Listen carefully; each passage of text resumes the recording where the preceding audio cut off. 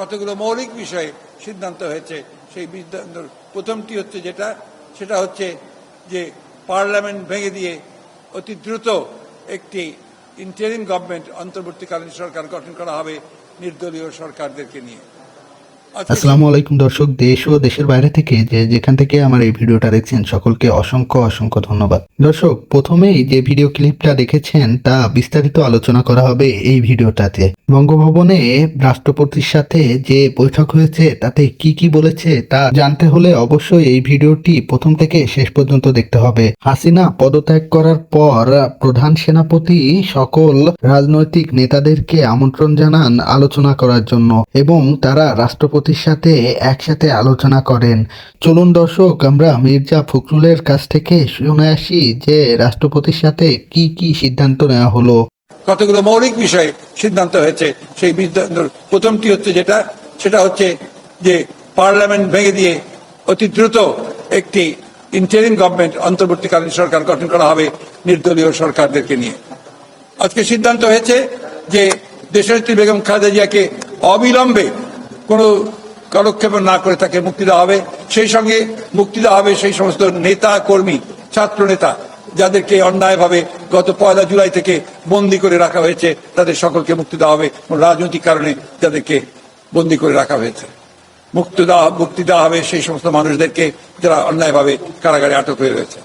সিদ্ধান্ত হয়েছে যে এখন এই হাসিনার পালিয়ে যাওয়া পদত্যাগের পরে যে অবস্থা সৃষ্টি হয়েছে, সেই অবস্থা, বিশেষ করে আইন শৃঙ্খলা পরিস্থিতি যে অবস্থা সৃষ্টি হয়েছে, এই আইন শৃঙ্খলা পরিস্থিতিকে নিয়ন্ত্রণে আনার জন্য সমস্ত রাজনৈতিক দলগুলো তারা কাজ করবেন, ছাত্র নেতারা কাজ করবেন, ছাত্ররা কাজ করবেন। আমি আজকে আপনাদের মাধ্যমে এই আবেদন জানাতে চাই সমগ্র দেশবাসীকে যে আসুন, আমরা একটা বড় বিজয়, বড় সাফল্য অর্জন করেছি। সেই সাফল্যকে ধরে রাখতে আমরা যেন আবার সেটাকে অন্যদিকে প্রবাহিত না হয়, সেই জন্য নিজেরা সংযমের পরিচয় দেই। ক্রোধ, ঘৃণা বা প্রতিশোধের বশবর্তী হয়ে আমরা যেন কাউকে আক্রমণ না করি, কোনো প্রতিষ্ঠানের ক্ষতি না করি।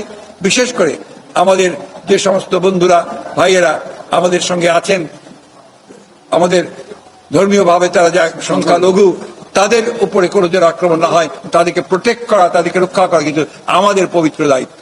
তাই আপনাদের মধ্য দিয়ে আমি আমাদের দলের সকল স্তরের নেতা কর্মীদেরকে আবেদন জানাতে চাই যে আপনারা সবাই নেমে পড়ে এই ভয়াবহ যে প্রবণতা দেখা দিয়েছে, প্রবণতা থেকে দেশকে রক্ষা করুন। কাউকে সেই সুযোগ নিতে দেবেন না যে সুযোগে দুর্বৃত্তরা বা দুষ্কৃতিকারীরা অন্যের উপরে আঘাত আনবে। দেশনেত্রী বেগম খালেদা জিয়া আপনাদের সকলের কাছে সেই আবেদন জানিয়েছেন যে ধৈর্য ধরুন, শান্ত হন এবং দেশকে রক্ষা করুন, জাতিকে রক্ষা করুন। আজকে যে উদ্যোগ নেওয়া হচ্ছে সেই উদ্যোগকে সফল করুন। আবারও আমি আমার ছাত্র নেতাদেরকে, সমন্বয়কারীদেরকে, ছাত্র বন্ধুদেরকে যারা সবাই আন্দোলনে শরিক হয়েছেন, তাদেরকে আমরা আজকে সহযোগিতা করি এবং তাদেরকে অভিবাদন জানাই। সেই সঙ্গে আমি আবারও এই কথাটা আবার আপনাদের মধ্যে তুলে ধরতে চাই, যে নেতা আমাদের মাঝে নেই, তাকে অন্যায়ভাবে মিথ্যা মামলা দিয়ে বিদেশে নির্বাসিত করা হয়েছে, আমাদের নেতা তারেক রহমান, তিনি এই আন্দোলনে সর্বাত্মকভাবে সহযোগিতা করেছেন প্রতি মুহূর্তে এবং এই ফ্যাসিস্ট বিরোধী আন্দোলনের নেতৃত্ব দিচ্ছেন। তাকেও অবিলম্বে দেশে ফিরিয়ে নিয়ে আসার জন্য আমরা সব রকম ব্যবস্থা গ্রহণ করেছি। ইনশাআল্লাহ সেটা আমরা সফল হব। দর্শক, ইতিমধ্যে আপনারা শুনছিলেন মির্জা ফখরুলের দেওয়া বক্তব্য।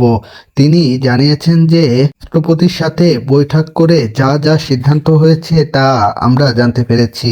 এখন আপনাদের কাছে একটি প্রশ্ন হলো যে সিদ্ধান্ত নেওয়া হয়েছে, এগুলো যদি বাস্তবায়ন হয় তাহলে কতটুকু ভালো হবে দেশের জন্য? অবশ্যই আপনারা কমেন্টস করে আমাদেরকে জানাবেন। ভিডিওটি ভালো লাগলে একটি লাইক করে অপরকে দেখার সুযোগ করে দিবেন এবং আমাদের চ্যানেলটিকে সাবস্ক্রাইব করে আমাদের সাথেই থাকবেন। এই ভিডিওটি এ পর্যন্তই। সকলকে অসংখ্য অসংখ্য ধন্যবাদ ভিডিওটি দেখার জন্য।